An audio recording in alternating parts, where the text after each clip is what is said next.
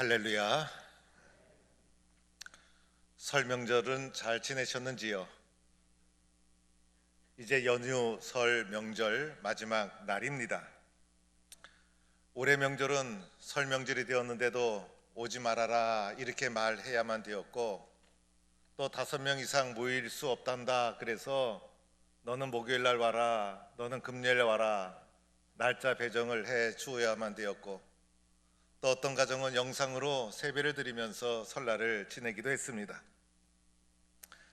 또 사람들이 모여도 이웃집에서 신고할지 모른다 그래가지고 겁을 내면서 몰래 모이듯이 명절을 지내야만 되었습니다.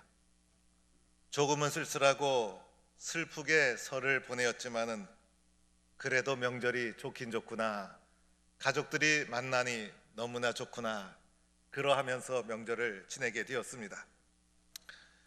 이제 명절이 지나고 돌아오는 수요일 17일부터 교회력에 의하면 사순절이 시작이 됩니다.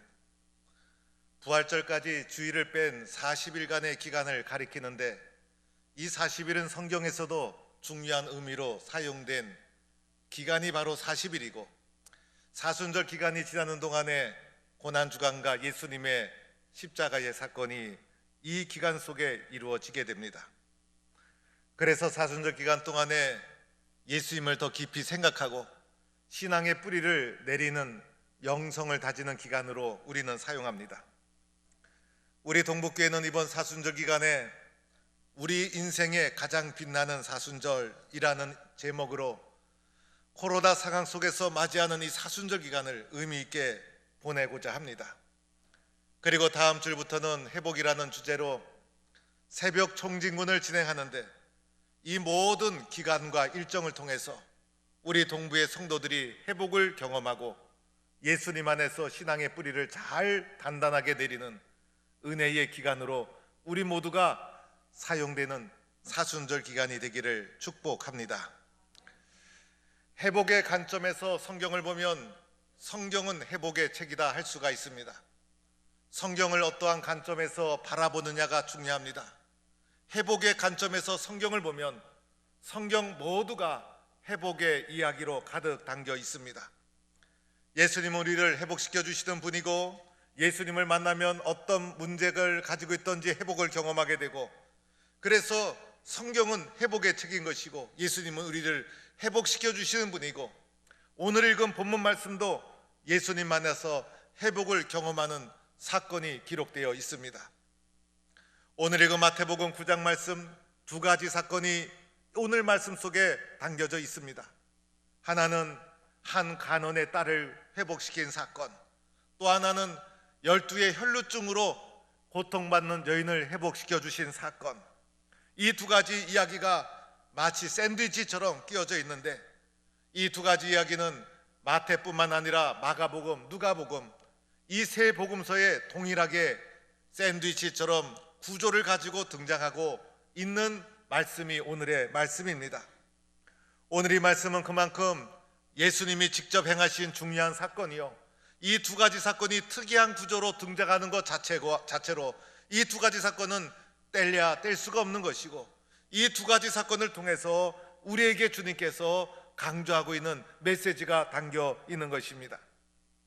먼저 오늘 말씀 속에서 등장인물이 누구인가를 살펴봅시다. 먼저는 한 간원이 등장합니다. 마가복음에서는 이 사람을 회당장 야이로라고 소개를 합니다.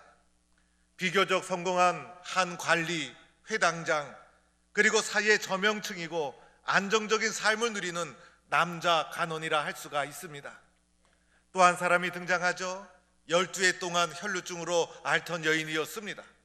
그 당시 여성은 남자에 비해서 초라하고 보잘것없는 존재로 취급을 받았습니다. 더하여 12해 동안 병으로 신음하던 여인 이온이 얼마나 초라하고 보잘것없는 여인이었겠습니까? 성공한 사람이든 보잘것없는 사람이든 남자이든 여자이든 상관없이 모두가 예수님께 나올 수 있다는 것을 말해주고 있는 것입니다. 이 2 사람 문제를 가지고 있었다는 것입니다.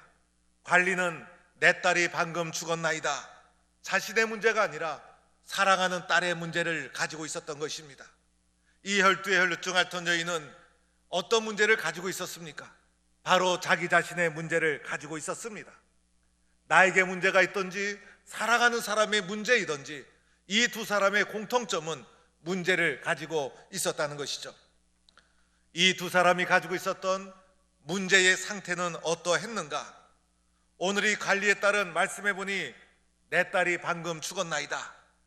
마가복음에 보면 내 딸이 죽어가고 있습니다 라고 표현을 했는데, 오늘 마태복음 오늘 말씀에는 내 딸이 방금 죽었나이다, 방금 죽은 것으로 나타나 있습니다.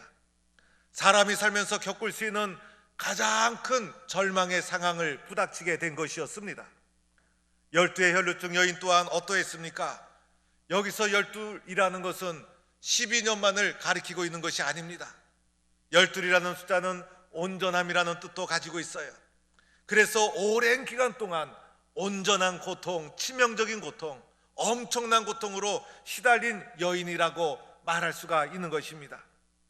이러한 치명적인 문제를 겪어대면 많은 사람들이 선택하는 것이 낙심을 하거나 절망을 하거나 포기를 하거나 원망을 하거나 이런 가운데 삶을 포기하고 실패한 삶으로 살아가게 되는 것이 대부분의 사람들의 모습인 것입니다.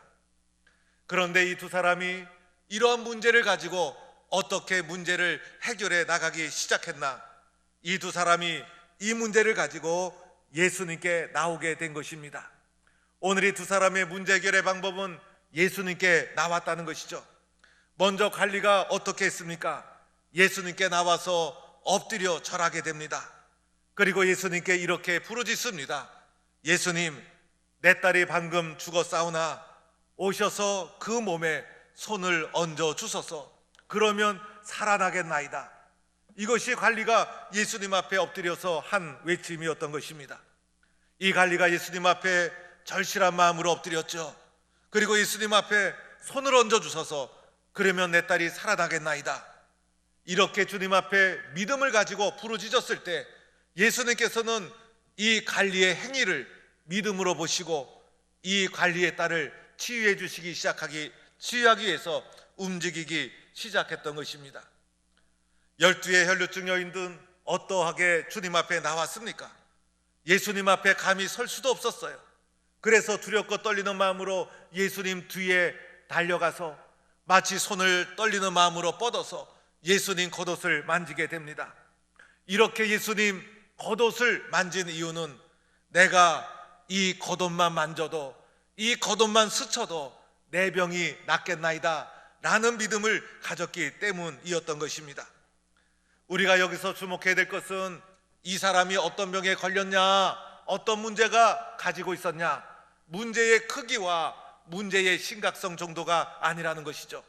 오늘 이 말씀 속에서 주목하는 것은 이 사람들이 예수님께 나왔다는 것이고 예수님께 나올 때 가지고 있었던 태도와 자세를 주목하고 있는 것입니다. 예수님께 나올 때 자세가 중요한 것이죠. 어떠한 자세, 어떠한 태도로 예수님께 나오는가? 오늘 두 사람 모습이 어떠한 모습이었습니까? 믿음으로 나오지 않았습니까? 간절한 마음으로 나오지 않았습니까? 예수님에게만 희망을 두고 예수님 앞에 간절한 모습으로 뒤로 와서 손을 뻗어 겉옷을 만진 것이고 예수님 앞에 엎드려서 예수님 오셔서 내 딸에게 손을 얹어 주셔서 간절히 호소하고 있었던 것입니다. 예수님에게 나온다는 것 중요한 거예요. 그러나 보다 더 중요한 것은 어떠한 자세, 어떠한 마음으로 예수님께 나오고 있는가, 이것이 더 중요한 것입니다. 이제 예수님께서 이 두 사람의 문제를 고쳐주고 회복시켜 주시기 시작합니다. 먼저 예수님이 12의 혈루증 앓던 여인이 겉옷을 만지자 예수님이 몸을 돌이켜서 이 여인을 보게 됩니다. 그리고 이렇게 말합니다. 딸아, 안심하라. 내 믿음이 너를 구원하였느니라. 예수님이 부드러운 음성으로 딸아, 안심하라 이렇게 말하는 순간 이 여인이 얼마나 마음이 행복했을까. 그동안 고통이 다 쓸려 내려가는 듯한 행복함을 누리지 않았을까. 그리고 예수님 하시는 말씀이 내 믿음이 너를 구원하였느니라. 여기서 구원이라는 것은 회복과 치유를 말해주는 것이죠. 예수님께서 이렇게 회복받은 이유가 내 믿음이 너를 구원하였느니라, 믿음을 보시고 예수님께서 이렇게 회복을 선언하게 되신 것입니다.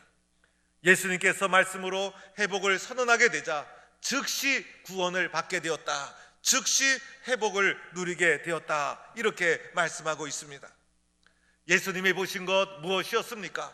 보잘것없고 초라한 여인이었지만은 그 여인의 모습을 보지 않고, 그 여인의 상태를 보지 않고, 그 여인의 병의 중함을 보지 않았어요.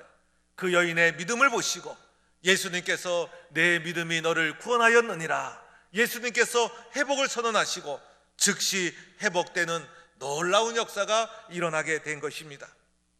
오늘 이 관리도 마찬가지였죠. 예수님 앞에 엎드려 절하게 됩니다. 이 엎드려 절하는 것 쉬운 일이 아니죠.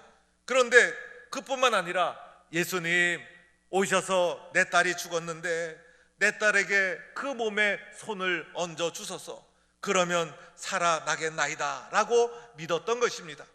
그래서 예수님 앞에 이렇게 간절히 엎드려서 호소하게 된 것이었죠. 예수님은 이 관리의 태도를 딱 보시고 그 딸의 중함, 이 관리의 모습 보지 않았어요. 그 관리의 마음속에 있는 믿음을 보시고 예수님은 그 딸을 치료해 주시기 시작합니다. 예수님께서 그 관리의 집에 갔을 때는 피리 부는 사람, 그리고 우는 사람, 곡하는 사람, 세상에서 장례 절차가 진행되고 있었지만은 예수님께서 물러가라, 이 소녀가 죽은 것이 아니라 잔다. 예수님은 죽음을 넘어서시고 죽음을 통치하시고 죽음을 다스리시는 분. 그리고 나서 예수님은 무리를 다 내보내신 후에 소녀의 손을 잡으시사 소녀가 곧 일어나니라. 예수님께서 이번에는 손을 내밀어서 손을 잡아 소녀를 일으키셔서 소녀를 회복시키자 이 소녀가 곧 일어나는 역사가 일어나게 됩니다. 오늘 말씀에서도 보면 예수님은 우리를 회복시켜 주시는 분, 예수님이 말씀하시고 예수님이 손을 대사 즉시 일어나고 곧 회복되는 놀라운 역사가 일어나게 된 것을 보게 됩니다. 이런 회복의 역사를 누리는 동부의 성도가 되기를 주의 이름으로 축원합니다. 사랑하는 성도 여러분, 오늘 이 말씀 속에서 저는 여러분에게 두 가지를 말씀드리고자 합니다. 이 두 가지를 여러분이 잘 수용하시고 받아들이시고 믿으셔야 합니다. 첫째는 모든 사람은 문제를 가지고 있다는 것입니다. 세상에 문제 없는 사람 어디에 있을까? 아무도 없습니다. 모든 사람은 문제를 가지고 있습니다. 다른 사람이 아는 문제일 수도 있고 나만이 아는 문제일 수도 있습니다. 몸이 아프다든지 때로는 심령의 마음에 깊은 나만의 문제를 가지고 있던지 크고 작은 문제에 시달리며 인생을 살아갑니다.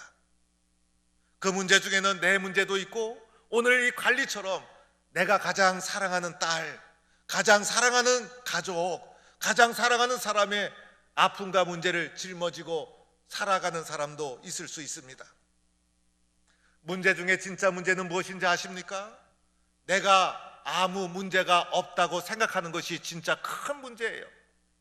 사람의 병도 내가 병들었다 인정할 때, 알할 때 그 병을 치유하고 고쳐줄 수가 있는 거예요.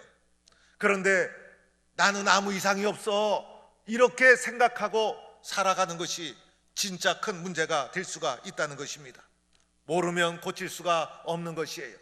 모든 사람은 문제를 가지고 있는데 죄 아래 살아가는 우리 모두는 유한성과 연약함으로 말미암아 문제를 가지고 살아가는데 이 문제를 모르고 살아가는 것이 더 큰 문제가 된다는 것입니다. 나는 문제 없는 사람이야. 그 사람 때문에 더 큰 문제가 일어날 수 있어요. 나는 건강한 사람이야. 그 사람 건강에 치명적인 아픔이 찾아올 수가 있다는 것입니다. 그렇지 않습니까, 여러분? 때로는 내가 인정하고 싶지 않지만은 나만이 아는 내면의 아픔과 상처가 있어요. 이것이 내 심령 속에 깊이 뿌리를 내려서 내 마음과 몸과 영혼을 때로는 영향을 주고 움직입니다. 이런 상처와 아픔이 누구에게나 있는 것이고 내 능력, 내 힘으로 해결할 수 없는 수많은 문제가 우리의 삶을 둘러싸고 있다는 것입니다. 오늘 말씀에 나오는 이 관리가 바로 나예요. 12의 혈루증 앓던 여인이 바로 나일 수 있다는 거예요. 오늘 코로나가 계속되는 상황 속에서 더욱더 그러하지 않습니까?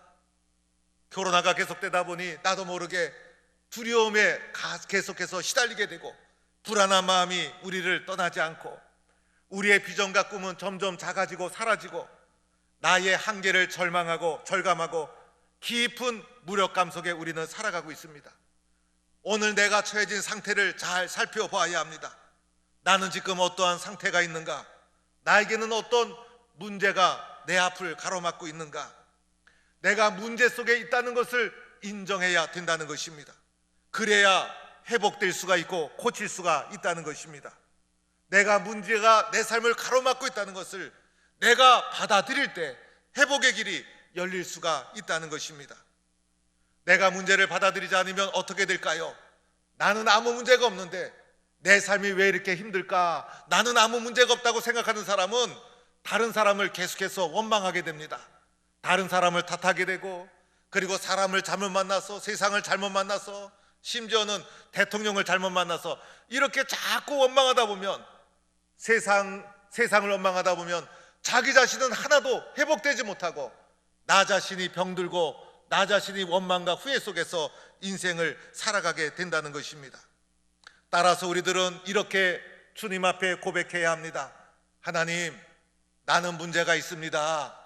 진짜 문제는 나 자신에게 있습니다. 모든 문제는 나 자신입니다. 오늘 말씀에 나오는 관리가 바로 나요. 12의 혈류증 여인이 바로 나입니다.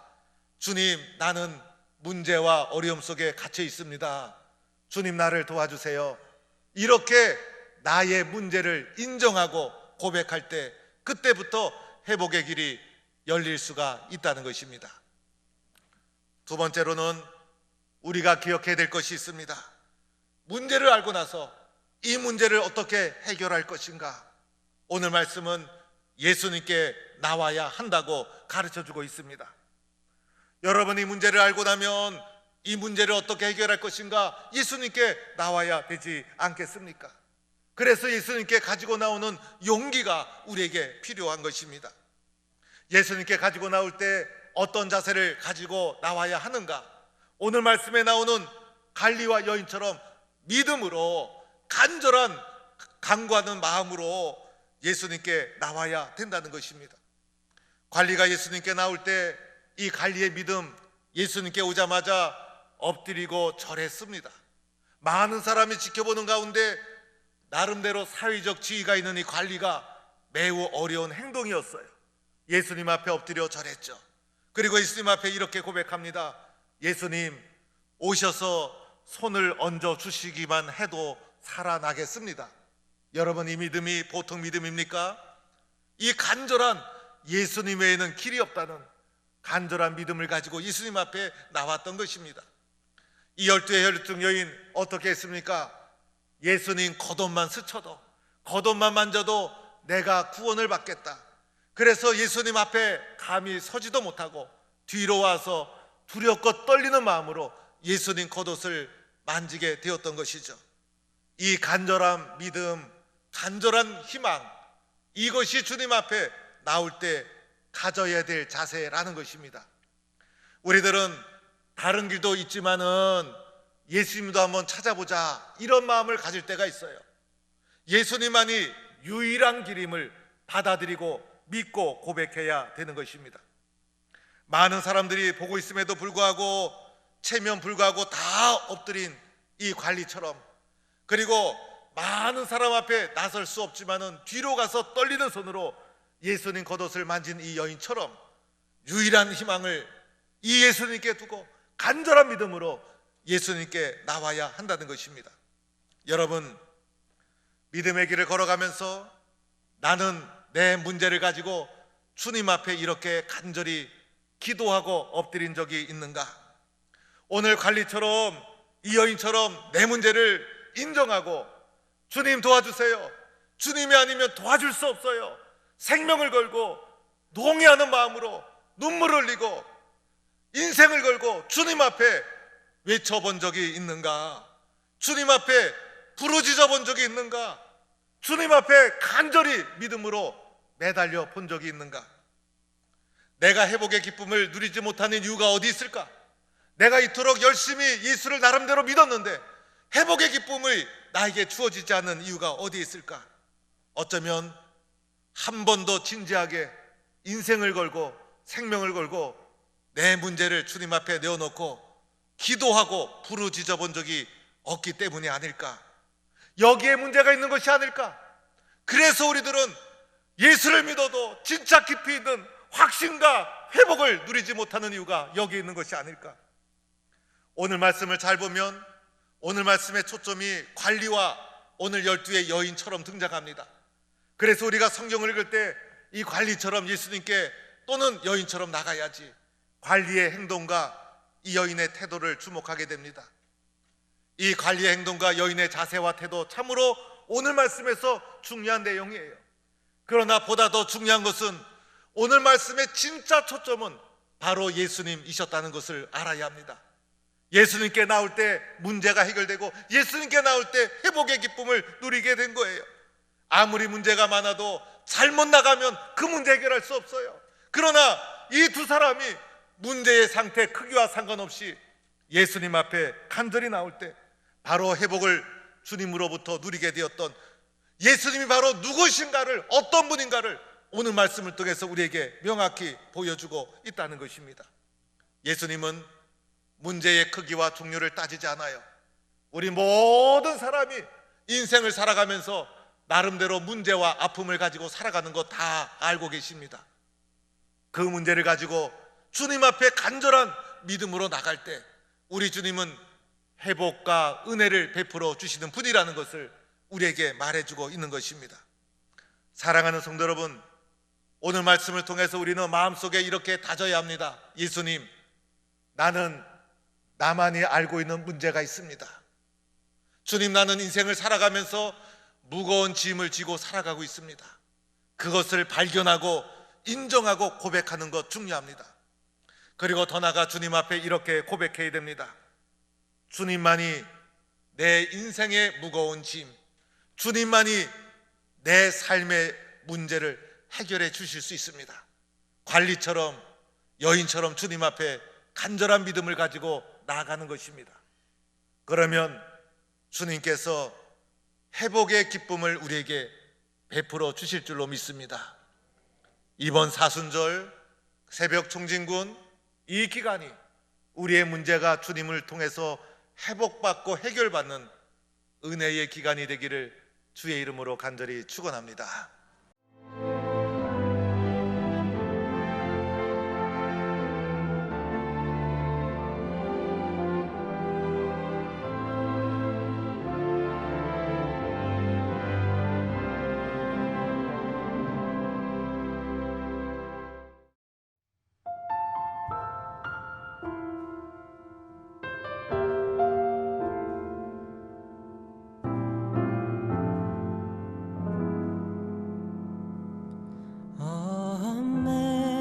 Amazing grace, how sweet the sound that saved a wretch like me. I once was lost, but now am found. Was blind, but now I see. 'Twas